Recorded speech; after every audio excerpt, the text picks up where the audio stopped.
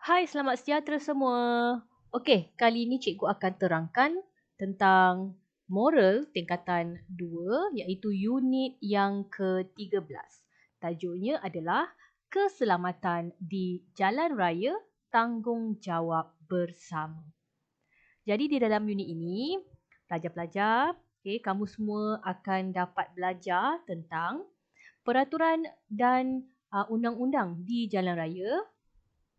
Yang kedua, apakah persamaan serta perbezaan di antara peraturan dan undang-undang jalan raya? So, apa beza dia, apa sama dia? Yang ketiga, apakah kepentingan ataupun faedah untuk kita mematuhi peraturan dan juga undang-undang jalan raya? Yang keempat, apakah langkah-langkah untuk kita meningkatkan kesedaran keselamatan jalan raya? Yang kelima, apakah perasaan apabila kita mematuhi peraturan dan kita mematuhi undang-undang jalan raya? Dan akhir sekali, kita akan menunjukkan sikap mengutamakan keselamatan ketika berada di jalan raya. Kalau kita berada di sekolah, kita pergi ke sekolah, kita akan melintasi jalan raya. Kita akan nampak ada lampu isyarat, ada jejantas, ada lintasan belang. Semua itu telah ditetapkan adalah untuk keselamatan kita semasa di jalan raya. Jadi, apakah nilai yang sesuai untuk kita lihat di dalam tajuk ini? Yang pertama, nilai hormat, nilai bertanggungjawab, nilai toleransi, nilai kasih sayang dan juga nilai rasional. So, kesemua nilai-nilai ni amat penting semasa kita melaksanakan ataupun semasa kita berada di jalan raya dan kita perlu patuhi semua peraturan dan undang-undang demi keselamatan kita. Baiklah, kita fahamkan dulu apakah konsep, apakah makna keselamatan jalan raya ini. Seperti yang kita tahu, keselamatan jalan raya adalah merupakan satu perkara yang sukar ditangani sebab walaupun kita dah ada banyak peraturan dan undang-undang untuk jalan raya, tapi masih lagi ada kemalangan jalan raya yang kita lihat teruk. Lihat teruk dan agak tinggi juga kes-kes kemalangan di negara kita. Hal ini terbukti apabila ramai pengguna jalan raya yang tidak memahami, tidak memahami, tak nak ikut, tak nak follow peraturan jalan raya. Sebab ini semua adalah ciri-ciri keselamatan dan kita perlu patuhi. Jadi, kita akan tahu dulu, kita akan lihat dulu apakah perbezaan undang-undang dan peraturan. So, kita ada dua benda yang berbeza. Satu peraturan, satu undang-undang. Peraturan ni apa? Undang-undang ni apa? Kita lihat pada buku teks muka surat 158. Apakah dia peraturan jalan raya? Peraturan jalan raya maksud dia amalan keselamatan iaitu perbuatan kita semasa kita mematuhi peraturan jalan raya dan ini akan meningkatkan kesedaran keselamatan pengguna ketika berada di jalan raya. Itu adalah peraturan. Kita ada syarat-syarat, kita ada peraturan yang kita kena patuhi. Bila kita ikut, kita dapat meningkatkan keselamatan jalan raya. Manakala undang-undang. Okey, undang-undang ni adalah satu akta. Satu akta yang mewajibkan satu perlakuan. Bila kita tak buat, kita akan dikenakan hukuman. Seperti apa? Saman. Kita boleh dikenakan saman kalau kita tak patuhi peraturan ataupun boleh dikenakan penjara. So, ini adalah hukuman lah yang akan dikenakan jika kita tidak mematuhi undang-undang. So, peraturan dan undang-undang adalah dua perkara yang berbeza. Okey, sekarang kita lihat Ini adalah beberapa contoh peraturan dan undang-undang yang perlu kita patuhi. Yang pertama, dari segi peraturan. So, apakah peraturan? Contoh-contohnya, okey, kita akan pandang kiri, pandang kanan. Kemudian kita akan pandang kiri semula sebelum melintas jalan raya. Kenapa? Sebab kita nak pastikan tiada kenderaan sebelum kita melintas. Sebab tu kita lihat kiri, kanan dan kiri. Kalau tiada kenderaan, barulah kita bergerak. Kemudian, yang kedua, memakai pakaian yang cerah dan bersinar ataupun bercahaya pada waktu malam. Untuk apa? Sebab bila malam, keadaan menjadi gelap. Bila kita memakai baju yang berwarna cerah, di dalam kawasan yang tak ada lampu, bila ada kenderaan lalu, kenderaan akan memancarkan lampu kereta. Jadi mereka akan nampak orang dekat depan. Jadi kita akan berada lebih selamat lah. Yang ketiga, tidak menunggang basikal secara beriringan. Maksudnya, bila kita ada jalan raya, okay, di tepi jalan raya tu, kita jangan bawa basikal di sebelah-sebelah.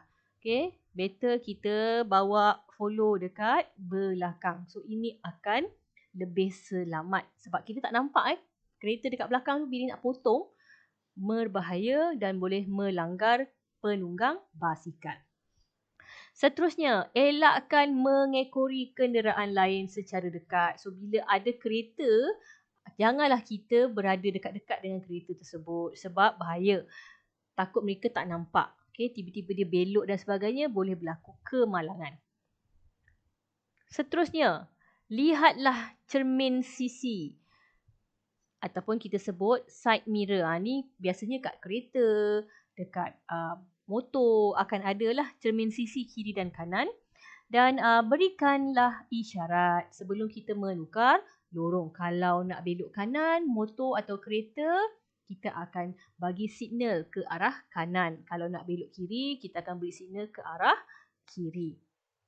Supaya apa? Supaya orang belakang tahu bahawa kita nak menukar lorong. Seterusnya, ikut lorong yang ditetapkan. Janganlah memotong sesuka hati. Okey, jangan potong suka hati. Kalau kita di Malaysia, kita punya arah pergerakan di jalan raya, kita akan ikut di sebelah kiri. Jangan memotong sesuka hati sebab boleh membahayakan nyawa diri sendiri dan juga nyawa orang lain. Elakkan mencelah antara kenderaan. Contohlah, ada lori di sini, ada lori di sini, kemudian kamu naik motor, kamu duduk dekat tengah-tengah ni. Bahaya. Kalau kereta ataupun lori tu tak perasan, dia tiba-tiba nak belok ke kiri, apa akan berlaku? Boleh hempit dan melanggar motor kamu yang berada di tengah-tengah.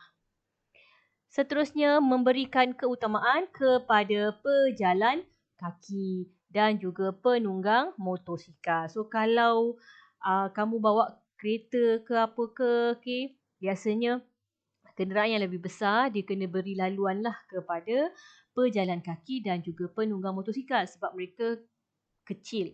Okay, kita tak berapa nampak. Bila kita nampak, kita utamakan mereka dulu sebab bahaya. Kita tak nak berlaku apa-apa kemalangan. Dan yang paling penting, gunakan jejantas ketika melintas jalan raya. So, kalau kita dekat Ceah ni, kita ada jejantas.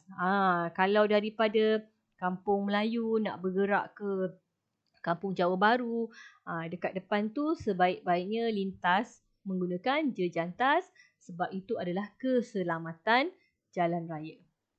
Okay, apa beza pula dengan peraturan? Okay, peraturan tak sama dengan undang-undang. Okay, tadi kita dah terangkan tentang peraturan. Sekarang ni kita akan fokus pula kepada undang-undang jalan raya. So, apakah ini undang-undang jalan raya? Okay, yang pertama, semua pemandu mesti mempunyai lesen memandu. Kalau awak tak ada lesen, awak akan disaman. Awak ingat kamu ingat semua perkara yang melibatkan undang-undang ni, kalau dia tak buat, boleh disaman, boleh dihukum, boleh dipenjara dan sebagainya. So, itu adalah undang-undang. Okay, yang pertama, mesti mempunyai lesen. Yang kedua, mematuhi garis panduan keselamatan semasa memotong kenderaan lain. Dia ada garis panduan dia. Nak potong, bagi signal dan sebagainya. Seterusnya, mematuhi had laju. Kita lalu kat jalan raya tu kita akan nampak ada 100 kmj. So ini semua adalah had laju yang ditetapkan. Kalau kita melebihi daripada 100 kmj ni, contohnya kita boleh disaman. Okay, seterusnya, meletakkan kenderaan di tempat letak kereta yang sepatutnya. Contoh kalau kita pergi dekat bandar-bandar besar, kita ada tempat letak kereta untuk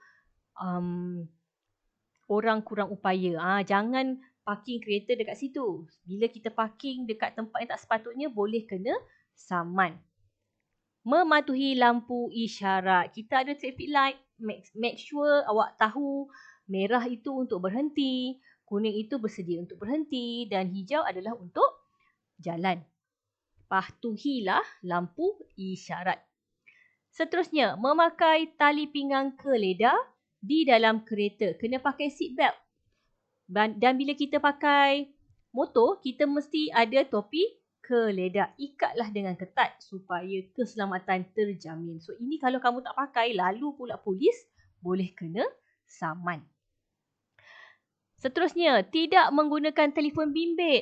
Masa driving, jangan pakai telefon. Bahaya. Okay. Kemudian, bila ada roadblock, pastikan kamu memberhentikan kereta supaya memudahkan apabila ditanya oleh pihak polis ataupun pihak kuatkuasa yang menahan kenderaan semasa dekat roadblock. Seterusnya, cukai jalan. Ini namanya road tax. Awak boleh tengoklah pada kereta ibu ayah masing-masing ataupun mana-mana kereta yang awak jumpa kat tengah jalan tu, yang parking kat tepi tu, dia akan ada cukai jalan. Dia akan tampal biasanya dekat sebelah kiri cermin hadapan. Akan nampak cukai jalan sehingga tarikh bila. Mereka mesti ada cukai jalan. Setahun sekali kena renew road tax lah dan perlu ditampal. Kalau tarikh dah luput, kamu tak tampal yang baru, maknanya kita tak bayar cukai jalan yang baru, boleh kena saman. Seterusnya, tidak memandu di lorong kecemasan. Sebab apa? Sebab lorong kecemasan ni adalah untuk kecemasan. Contohnya macam polis, bomba, ambulans dan sebagainya. Bila kita lalu di situ, bila ada jam, mengganggu keselamatan orang lain. Baiklah, seterusnya kita faham dah apa itu peraturan. Kita faham dah apa itu undang-undang jalan raya. Tapi kenapa perlu ada peraturan? Kenapa perlu ada undang-undang? So kita akan tahu tentang kepentingan undang-undang dan peraturan jalan raya ini. Siapa yang kena patuhi? Siapa yang kena ikut? Semua manusia. Okay? Termasuklah diri kita sendiri. Baiklah. Apakah kepentingan mematuhi peraturan dan undang-undang jalan raya? Yang pertama, sudah pastinya untuk mengelakkan kemalangan. So, bila kita mematuhi peraturan, mematuhi undang-undang, pastilah kemalangan dapat dielakkan. Dan yang kedua, kita akan dapat mengurangkan kesesakan jalan raya. Apa itu kesesakan jalan raya? Jam. Kita tak nak berlaku jam dekat jalan raya ni, panjanglah kenderaan. Yang ketiga, akan meningkatkan imej negara. Sebab apa? Bila kita semua mematuhi peraturan undang-undang jalan raya, wow, bestnya masyarakat Malaysia ni ada pelancong-pelancong luar datang, dia tengok masyarakat Malaysia ni sangat sopan, sangat berdisiplin. Seterusnya, yang keempat, dapat mengurangkan beban kerajaan untuk membaiki kerosakan akibat kemalangan jalan raya. So, bila kita aksiden, kita langgar pokok, langgar tiang, jalan raya rosak, tepi-tepi longkang rosak. Jadi, kerajaan terpaksa mengeluarkan wang yang banyak untuk repair semua benda tu. Okay, jadi bila kita mematuhi peraturan dan undang-undang jalan raya, kita dapat elakkan kemalangan dan sebagainya, dapatlah mengurangkan beban kerajaan untuk keluarkan duit bagi membaiki kerosakan. Yang kelima, kita akan menjadikan jalan raya adalah tempat yang selamat untuk dilalui. Kalau asyik kemalangan je kat kawasan tu, kerana semua orang tak mematuhi peraturan undang-undang jalan raya, tak ada siapa nak jalan. Tak siapa berani lalu dekat jalan tersebut. Sebab semua orang berbahaya, tidak mematuhi peraturan dan undang-undang. Yang paling penting, yang nombor 6, sudah pastinya kita nak elakkan kehilangan nyawa. Sebab apa? Kita tak nak orang mati. Kalau orang mati, masyarakat kita akan semakin kurang. Dan yang pasti, harta barang kita, contoh macam kereta kita, kalau aksiden, banyak duit nak keluar ya. Ataupun kereta tu aksiden terbakar, terus tak ada kereta. Kadang-kadang ada barang dalam kereta tu, laptop ke, ada duit lah. Bila aksiden, benda-benda dalam tu kadang-kadang rosak, hilang. Contohnya macam lori ayam, aksiden, habis ayam-ayam dihilang, lari. Okey, itu semua kita dapat elakkan jika kita semua mematuhi peraturan dan undang-undang jalan raya. Next, info yang mana kita kena tahu, pesalah jalan raya akan dikenakan mata demerit di bawah sistem keselamatan kesedaran automatik awas. Mata demerit ini akan diberikan kepada pemandu kenderaan yang melakukan kesalahan seperti yang melebihi had laju, dia bawa laju sangat, melanggar lampu isyarat merah, patutnya merah tu berhenti tapi dia lalu je. Kemudian yang tidak memakai tali pinggang keledar. Kalau awak perasan kita ada CCTV, kita ada polis-polis kadang-kadang duduk dekat tepi longkang, tepi-tepi hutan. Mereka ada kamera, mereka boleh imbas, mereka boleh scan kita punya kelajuan. Jadi bahaya. So kita kena hati-hati. Okey, banyak kamera-kamera ni bila kita lalu, kita banyak kamera perangkap had laju. Awak bawa laju sangat, kamera tu boleh detect dan kita boleh tiba-tiba saja dapat surat saman. So itu bila nama kita dah ada tercatat dalam rekod, maka mereka dah adalah maklumat kita. Satu Malaysia, kita pergilah mana-mana sekalipun, di Malaysia ni kita akan ada rekod kesalahan yang banyak untuk maklumat berkenaan dengan keselamatan jalan raya ini. Bila kita ada rekod buruk, tak mustahil satu hari nanti dia kumpul-kumpul, kita boleh kena penjara, kena bayar duit saman beratus-ratus ribu dan sebagainya. So pastikan pelajar, okey, patuhilah keselamatan, peraturan dan undang-undang jalan raya. Jadi untuk memastikan keselamatan jalan raya, beberapa pihak berperanan untuk meningkatkan kesedaran keselamatan jalan raya. Okey, yang pertama daripada individu, iaitu diri kita sendiri, peranan anda, peranan kita sendiri, pastikan kita melihat kiri kanan, kemudian kita lihat kembali ke kiri sebelum kita melintas jalan raya supaya tak ada kenderaan lain ketika kita lalu. Yang kedua, menggunakan jejantas apabila melintas jalan raya. Yang ketiga, memakai topi keledar dan pakaian berwarna cerah ketika membonceng motosikal. So, ini adalah peranan kita sebagai individu.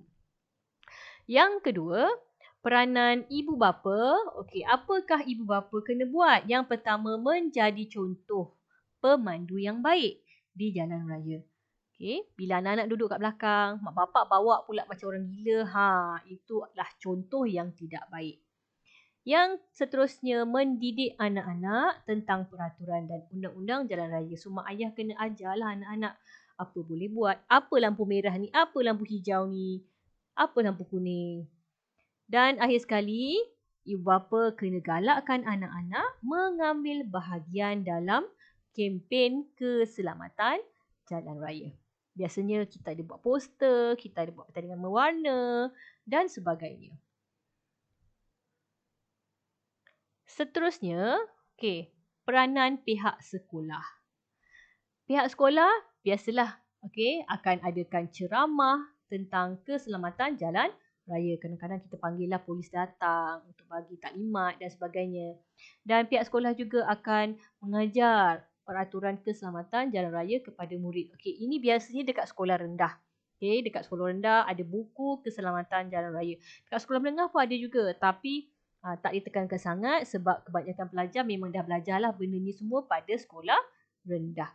Dan adalah setengah sekolah memang akan menubuhkan kelab keselamatan jalan raya.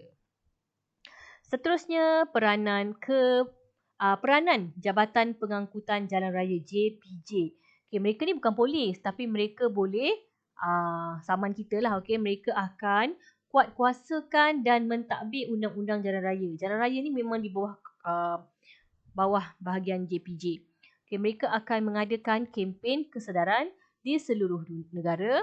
Kemudian akan bekerjasama dengan pihak sekolah untuk memberikan pendidikan tentang keselamatan jalan raya dalam kurikulum sekolah. Selain daripada kita jemput pihak polis, kita boleh juga menjemput pihak JPJ untuk memberikan taklimat keselamatan jalan raya. Dan akhir sekali peranan polis trafik. Okey, kadang-kadang kita nampak ada JPJ dekat Tenang Station tu ada JPJ. Okey, yang ini pula peranan polis trafik di mana polis trafik mereka akan meningkatkan rondaan di semua jalan raya. Mereka juga boleh mengeluarkan saman kepada pengguna yang melanggar undang-undang jalan raya dan yang paling penting polis trafik akan membantu mengawal lalu lintas. Bila-bila lagi kalau keadaan jam teruk dan sebagainya. Baiklah pelajar, kesimpulan yang kita boleh faham pada hari ini, pelajar semua dah fahamlah, dan pastikan semua mengamalkan peraturan dan undang-undang jalan raya. Kerana ini semua adalah tanggungjawab kita. Bagi semua pengguna jalan raya, tak kiralah awak membawa basikal, awak jalan kaki, awak naik motor, awak naik kereta dan sebagainya, perlu ada nilai hormat, nilai bertanggungjawab, nilai toleransi, nilai kasih sayang dan nilai rasional. Oleh itu, bila kita dah patuhi undang-undang, kita dah patuhi peraturan jalan raya, kita akan confirm menjadi orang yang bangga sebab kita dapat menunjukkan sikap yang baik. So, jadilah pengguna jalan raya yang bertanggungjawab. So, itu sahaja daripada saya. Bye-bye semua.